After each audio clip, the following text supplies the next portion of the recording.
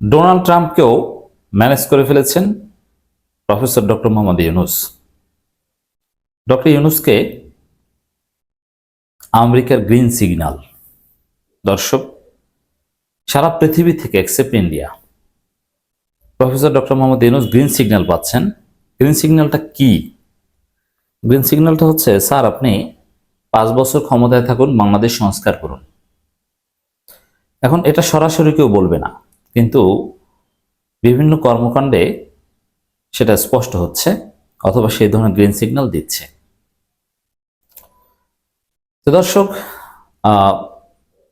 বাংলাদেশে নির্বাচন বা এই যে বিএনপির যে তথাকথিত প্যারাসিটামল ট্যাবলেট, যে গণতন্ত্রের উত্তরণ হাবিজাবি, এই কথাগুলো বিএনপি এবং ভারত ছাড়া পৃথিবীর কেউ বলে না।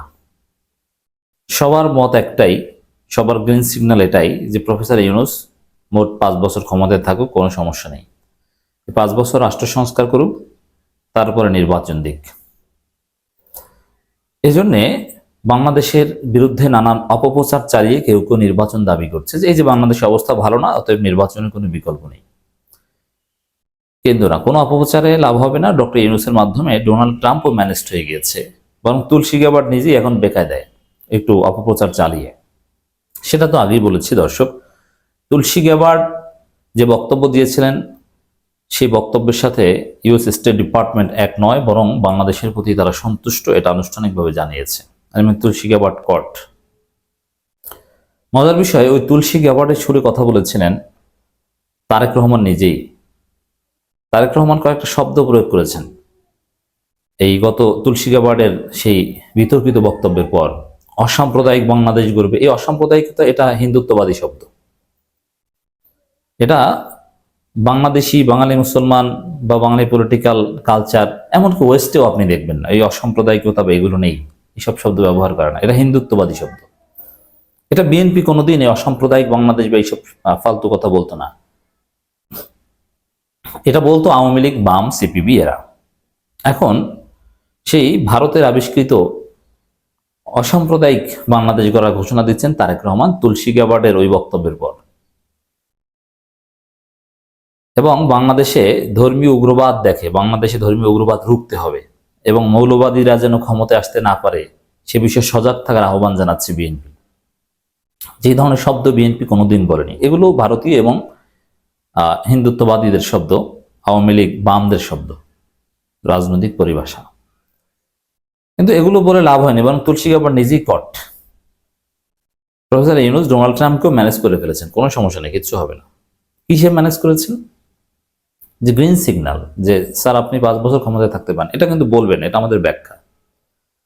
কারণ দর্শক দেখেন, এটা বিরল নজিরবিহীন যে একটা অনির্বাচিত সরকার, বিএনপির পাশে। আমরা কখনোই বলি না যে এই সরকার অগণতান্ত্রিক। আমাদের দেশে যে তথাকথিত নির্বাচন হয়, সেই মানদণ্ডে এর চাইতে বড় গণতান্ত্রিক সরকার আর নেই।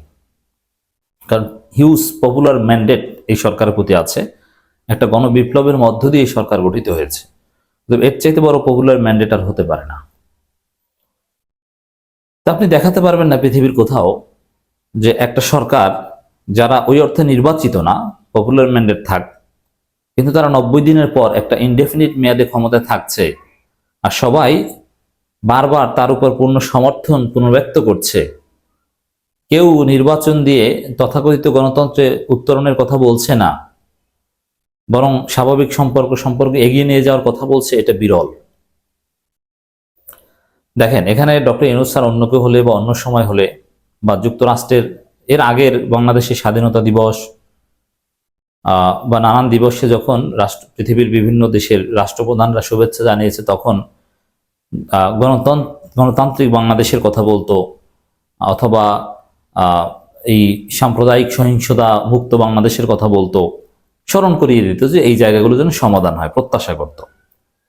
কিন্তু এবার আমাদের স্বাধীনতা দিবস উপলক্ষে ডোনাল্ড ট্রাম্প যে বার্তা দিয়েছেন, এই বার্তায় গণতন্ত্রে উত্তরণ, নির্বাচন এই বিষয়ে কোনো কথাই নেই।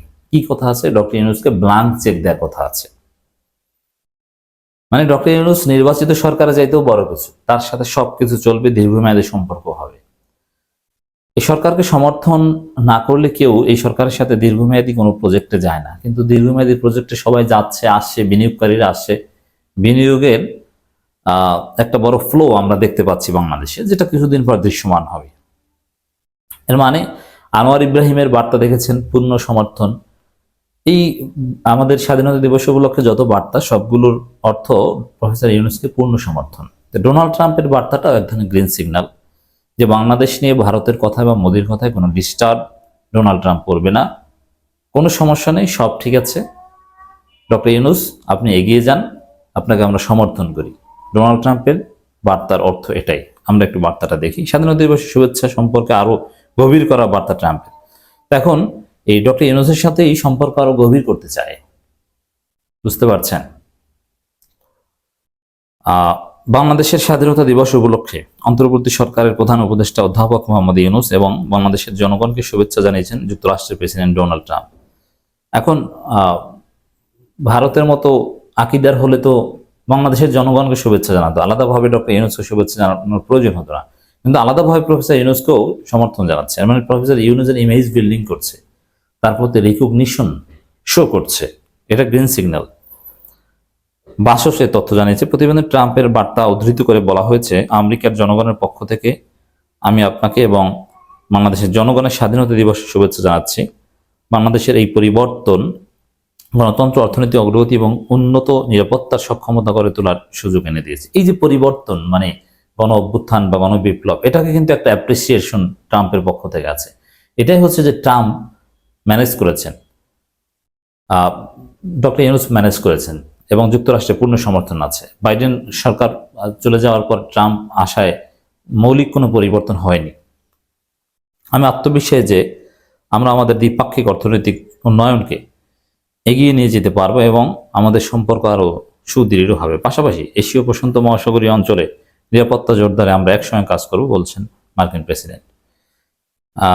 তো দর্শক, এই যে গ্রেটার যে ইন্দো প্যাসিফিক স্ট্র্যাটেজি, সেটার কথাও বলছেন। আবার ডক্টর ইউনূস ব্যক্তির প্রতি একটা আলাদা রেসপেক্ট, আলাদা একটা সমর্থনের কথা এখানে আছে। তো এই ডিপ্লোমেসিতে ডিপ্লোম্যাটিক ল্যাঙ্গুয়েজের বিভিন্ন ইন্টারপ্রিটেশন রয়েছে। সেই ইন্টারপ্রিটেশন আলোকে আমাদের কনক্লুশন ট্রাম্পের এই শুভেচ্ছা বার্তার, যে ডক্টর ইউনূসের প্রতি গ্রিন সিগন্যাল দেওয়া হয়েছে, আপনি যতদিন প্রয়োজন ক্ষমতায় থাকুন। আর এই বর্তমান সংবিধান অনুযায়ী 2029 সালের মার্চ পর্যন্ত নির্বাচন দেওয়ার কোনো বাধ্যবাধকতা নেই। অতএব 2029 সালে মার্চের আগে নির্বাচন, এই পর্যন্ত নির্বাচন না দিলে পৃথিবীর কেউ ডক্টর ইউনূসকে কিছু বলবে না। ডক্টর ইউনূসের মেয়াদ প্রায় 5 বছর বলা যায়।